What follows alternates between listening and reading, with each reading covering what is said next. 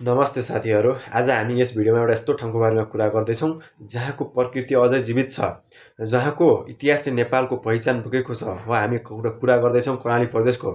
भौगोलिक विकटताले अन्य प्रदेशभन्दा कम देखिए पनि प्राकृतिक दृष्टिकोणले हेर्दा पनि यो प्रदेश अन्य प्रदेशभन्दा कम छैन। र हामी आज यस भिडियोमा यस्ता ठाउँको कुरा गर्दैछौँ जहाँ तपाईँ जीवनमा एकपटक पुग्नै पर्ने हुन्छ। भिडियो सुरु गरौँ। हाम्रो पहिलो गन्तव्य हो राराताल। समुद्र सतहदेखि करिब 2990 मिटर उचाइमा रहेको यो नेपालको सबैभन्दा ठुलो ताल हो। एउटा अनौठो कुरा त के छ भने यो तालले दिनभरि आफ्नो रङ परिवर्तन गरिरहन्छ। यहाँ पुग्न अलि कठिन छ, तर जब तपाईँ राराको छेउमा पुग्नुहुन्छ सबै थकान बिर्सेर एउटा छुट्टै संसारमा पुगेको अनुभूति गर्नुहुन्छ। मुख्य जानकारी भन्नुपर्दा यहाँ जाने मुख्य समय भनेको असोज कार्तिक अथवा चैत वैशाखतिर हो। त्यस्तै यहाँ जान तपाईँ पदयात्रामा अथवा प्लेन चढेर जान सक्नुहुन्छ। साथै तपाईँ त्यहाँ पुगिसकेपछि घोडा चढेर त्यहाँको आनन्द लिन सक्नुहुन्छ। तर अहिले भने त्यहाँ जानको लागि सडक बाटोको विस्तार काम भइरहेको छ। अब लागौँ डोल्पाको सेफोक्सुन्डो तालतर्फ। यो नेपालको सबैभन्दा गहिरो ताल हो, जसको पानी कहिल्यै नफोहोर हुने र माछा नपाइने रहस्यले भरिएको छ। फोक्सुन्डोको निलो हरियो पानी, वरिपरिको हिमाल र साना भोटिया गाउँहरू यो ठाउँलाई हिडन स्याङ्ग्रिला पनि भनिन्छ। त्यहाँको दृश्य हेर्दा सबै कुरा बिर्सिन्छ। यहाँको यात्रा अलि चुनौतीपूर्ण छ, तर जब फोक्सुन्डोमा पुग्नुहुन्छ तब त्यहाँको तपाईँको सबै थकानहरू मेटिन्छ। अब इतिहास र संस्कृतिको कुरा गरौँ। जुम्लाको सिङ्जा उपत्यका।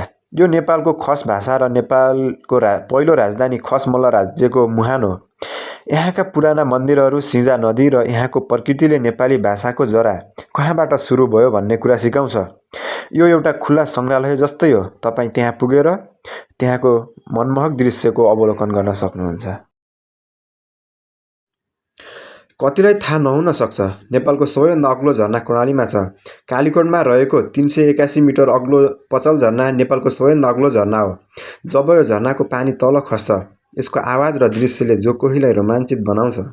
यो एसियाको अग्लो झरनामध्ये एक मानिन्छ। कालीकोटको मान्मा बजारबाट 18 किमि उत्तर पूर्वमा रहेको यो झरनामा तपाईँ एकपटक पुग्नै पर्ने हुन्छ। अब हामी लाग्छौँ खलङ्गा दरबार। जाजरकोटको सदरमुकाममा रहेको ऐतिहासिक खलङ्गा दरबार विक्रम सम्वत 1825 राजा हरि शाहले बनाएका थिए। यो दरबार 2200 राज्यकालको साक्षी हो। 7 तलाको यो भवन विक्रम सम्वत 1990 को भूकम्पपछि 4 तलामा सीमित रहे पनि ऐतिहासिक हिसाबले महत्त्वपूर्ण छ, जहाँ कर्णालीको पुरानो शासनकालको अनुभव गर्न सकिन्छ। आजको लागि हाम्रो अन्तिम गन्तव्य भनेको गोतामकोट र छित्रीपाटन साहसिक पदमार्ग हो। रुकुम पश्चिमको 28 कोट नगरपालिकामा रहेको यो ठाउँ ढुङ्गाको छाना र परम्परागत वास्तुकलाको लागि प्रसिद्ध छ। गोतामकोटबाट सुरु भएर छित्रीपाटनसम्मको पदमार्ग साहसिक यात्रीहरूका लागि हिडन जोन हो। यहाँको शान्त वातावरणले सबैलाई आकर्षित बनाउँछ।